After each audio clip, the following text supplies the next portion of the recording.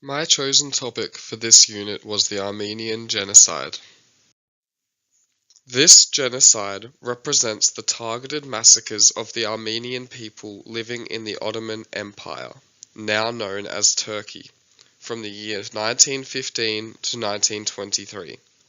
The calculated killings and deportations of the Armenians was perpetrated by a group of political leaders known as the Three Pashas during the First World War.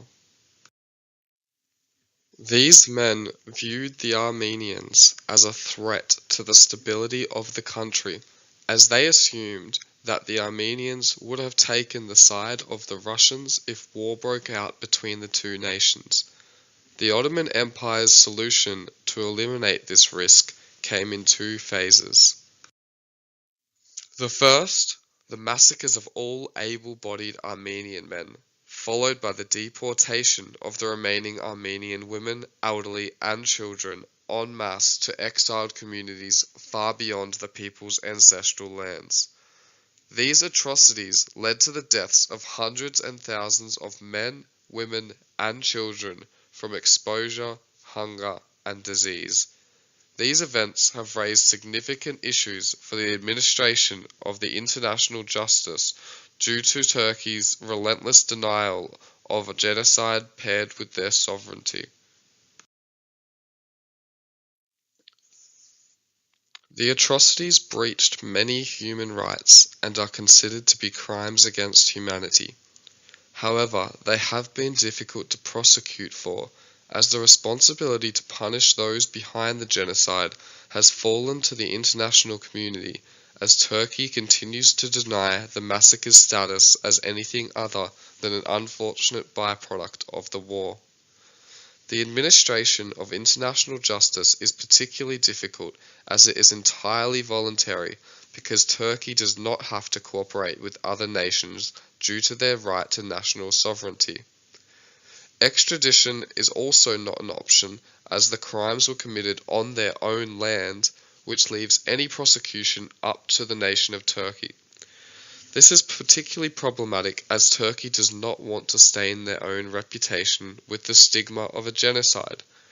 Even if Turkey were to have carried out proper prosecutions of the accused string pullers behind the genocide, then they would have done so with a heavy bias, and the outcome would have been very different compared to if a third party undertook the investigation and trial.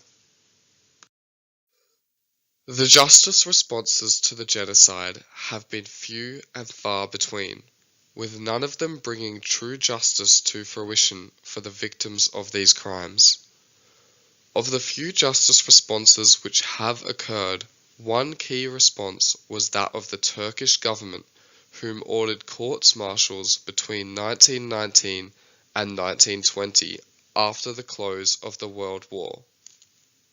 Among the prosecuted were former officials of the Ottoman Empire and the leadership of the Committee of Union and Progress.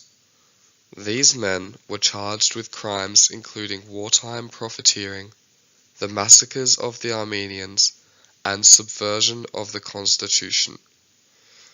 Some of these leaders were even sentenced to death for their crimes.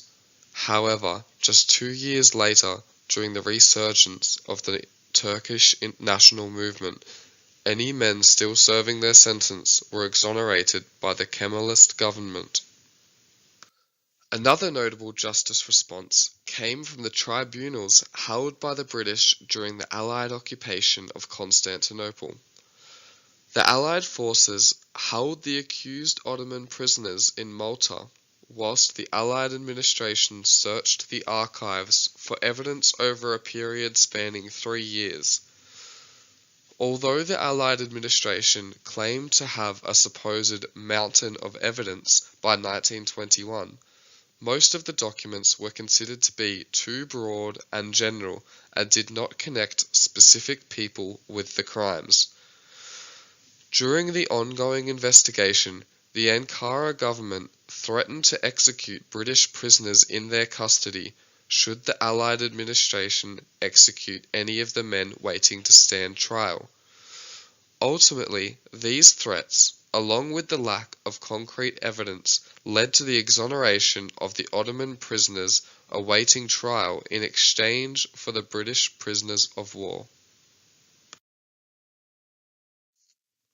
Now we move on to the benefits, and more notably in the case of the Armenian genocide, the downfalls of the attempted justice responses.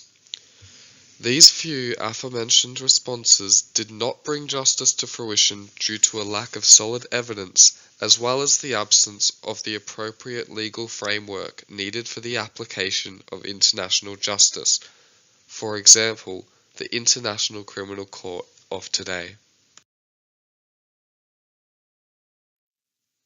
The initial courts-martials held by Turkey seem to have been a step in the right direction to begin with, as the trials came to a close and the men were sentenced according to the evidence presented.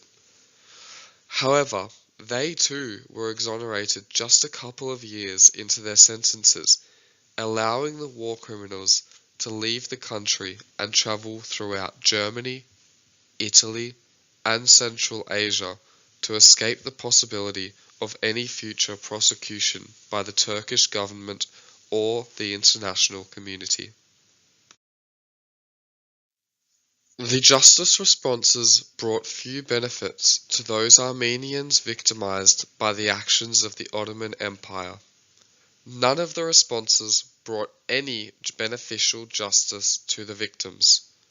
It could be said to be beneficial to the course of justice that the British had some influence over the investigations, as it skirted the possibility of Turkey interfering with the course of the trials in an attempt to protect its reputation and/or political figures.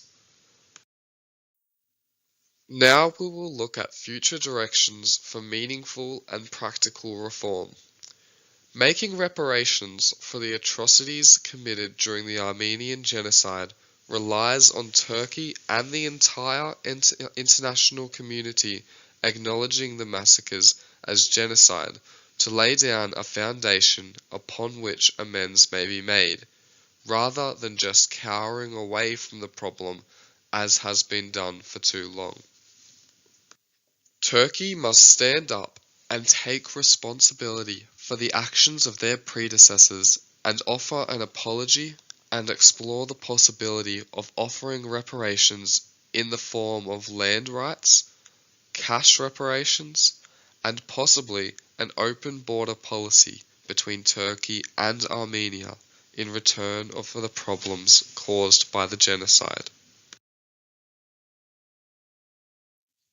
In terms of land reparations, an invitation to all Armenians living in diaspora to return to their ancestral lands would be a good first step for Turkey to take towards reconciliation for the mass deportations and massacres.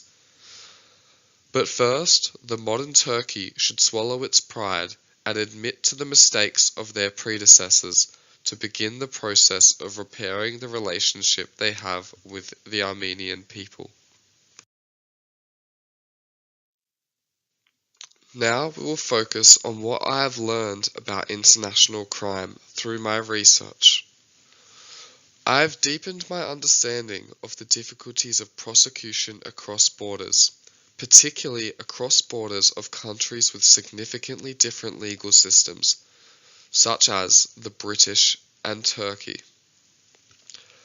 I have also learned how hard it can be to enforce international justice in a country which denies the crimes having occurred in the first place. The Armenian genocide also taught me a lot about the pushing and pulling occurring between the concept of globalization and national sovereignty. As globalization takes hold of this world, there is more and more of a push for justice on an international scale. But there is no way to enforce such justice upon a nation as their sovereignty protects them. Most of the international community would agree that Turkey needs to face their mistakes and prosecute those involved, but legally, Turkey does not have to do any such thing if they don't wish to. This voluntary cooperation lets countries cooperate when it suits them and hide behind their sovereignty when it doesn't. Other nations have been hesitant to apply any pressure on Turkey due to tensions that could arise.